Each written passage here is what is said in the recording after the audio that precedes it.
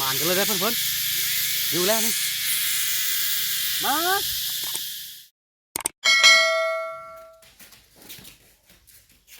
สุขสบายดีเพื่อนเอฟซีทุกท่านที่ติดตามนะครับส้มสองสุพรรณบรรณาคือเก่าคือเดิม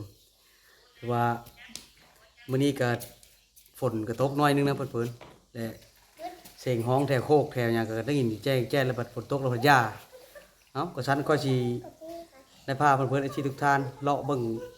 จักรจันทร์นะเลาะหาติดจันทร์เบิ่งพอได้อยู่ได้กินตอนแรงนี่ละก่อนรับชมคลิปวิดีโอนี้ก็ฝากเพื่อนๆ FC กดไลค์กดแชร์กดติดตามเด้อเพื่อนๆเด้อเพื่อเป็นแห้งอกแห้งใจในการให้คลิปวิดีโอ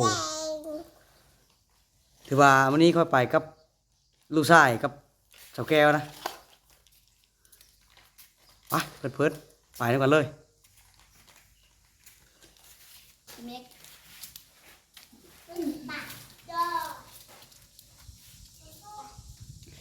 ถือว่าไม้ทนต่างก็มี2 อันแต่คน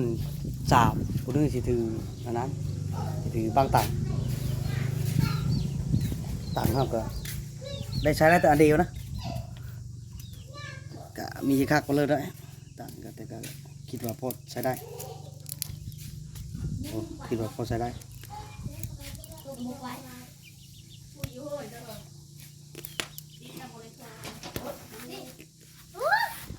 มีบายป่ะแม่ว่ามีบายป่ะไปถามดูแม่ไม่ได้ไปบ่เพื่อนยางเลาะไปพี่เลยได้ยินเสียงแซวเลยนะจันห้องอยู่ได้ยินจากอยู่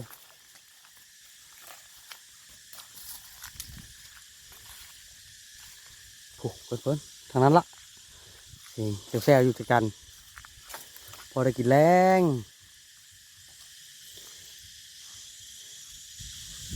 โอ้เพื่อนแซวอยู่เลยนี่อ๋อจันปะวะแซวเลยเพื่อนโอ้โห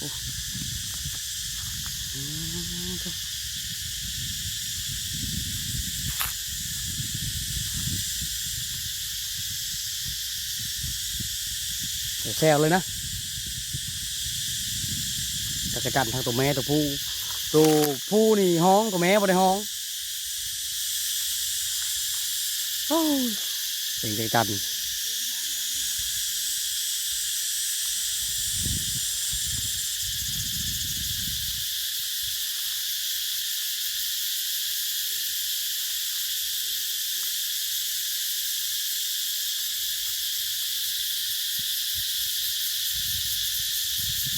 เห็นแล้วเพื่อน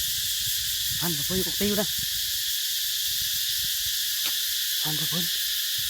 กตาเขาเลยตาไกลๆนี่รถก็เลยสีได้ขออนุญาตประกอบเครื่องมือ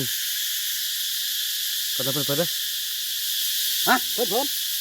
คอยเลื้อยไปแล้วเป็นไงไปก่อนเด้อ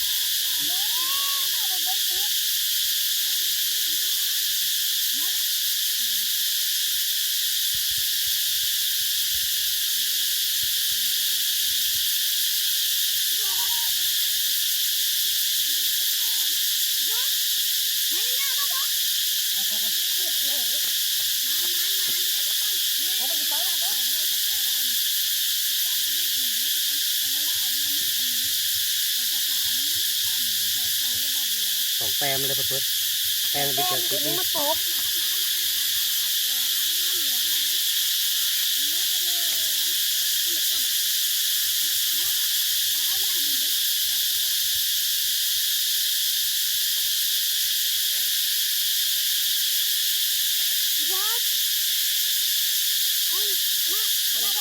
้องดอกนี้หลายขนาดทุกคน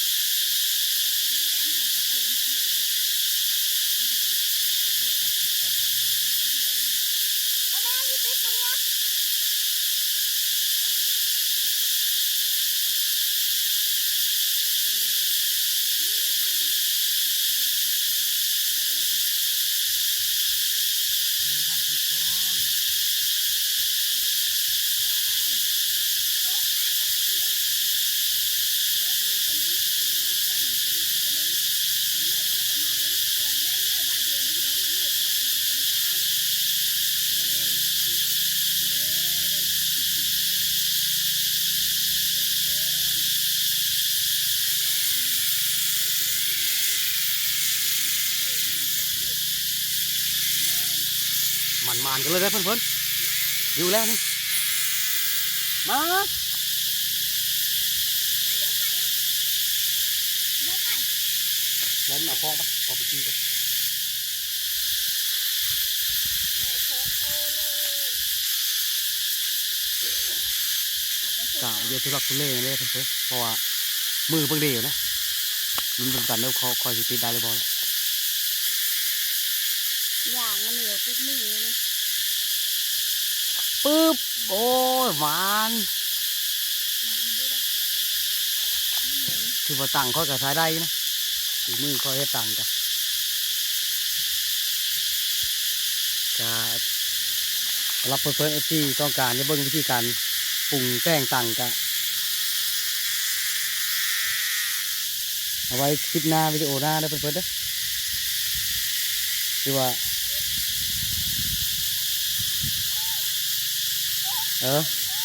สำหรับวิธีปรุงตังเฮ็ดตังกะมีแต่แนะนำให้เพิ่นรับชมวิดีโอก่อนหน้านี้เด้อคอยจะได้เฮ็ดปรุงตัง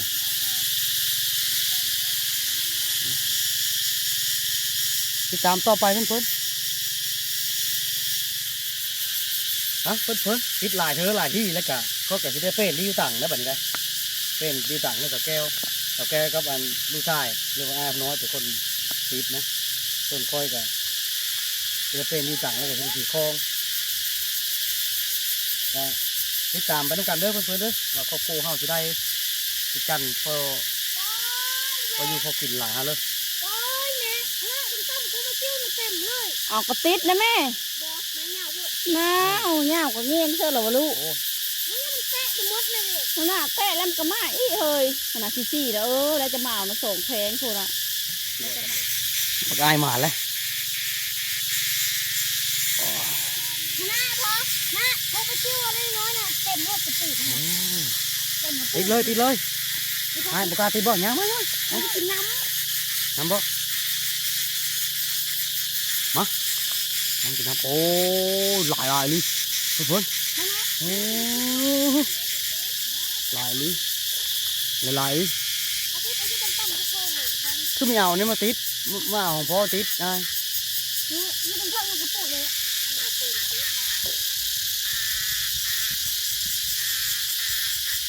ที่หูเลย มาได้เพิ่น โอ๊ยน้ำเยอะกระตาต้นอะไรกระปูดต้นจะต่ำนะนะไว้อย่างกระปูด นี่แหละ เนี่ยเอาไปจุ่มจะลุงถือกระปูดอยู่ข้าวที่เด็กกันนะขอข้าวได้นะที่มาข้าวเถอะ วิดีโอนี่ก็จะดีนั่น นะคะมันดีตัวนั้น จะแซวเลย น้ำที่ได้เลย ลำเคยเลยครับเพื่อนอันนี้เราก็ขาวแล้วนี่จะซูมมาหน่อยนึงเด้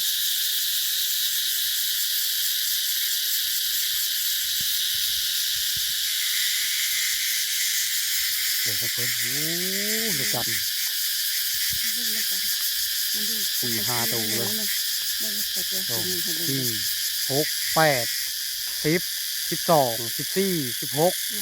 18โอ้ระดับสาวเลยเพื่อน เป็นลีนนี่นะมีต้นเดียวนะสลามนี่นะโอ้หลายนี่เอาไม้มาดิบังด้วยฮะอ้าย เพื่อนลายตัวนี้นะเขาจะลองปล่อยไว้ติดบ้างดูไหมนะมันแต้มได้แล้ว เฮ้ยมาข้าไว้ แต้มที่สองเพื่อนเอาแต่2แต้มนี่แหละถ้าว่าเอาลายแล้วมันอันนั้นนะเอาโดนแล้ว มันบกใหม่เด้อมันติด เอาเก็บเลยเก็บเลยเก็บเลยเก็บเลยเก็บเลยเก็บเลยเก็บเลยเก็บมาใส่ทองเลยแต้มมาแล้วจะจันแต้มมาแล้วจันแต้มมาแล้ว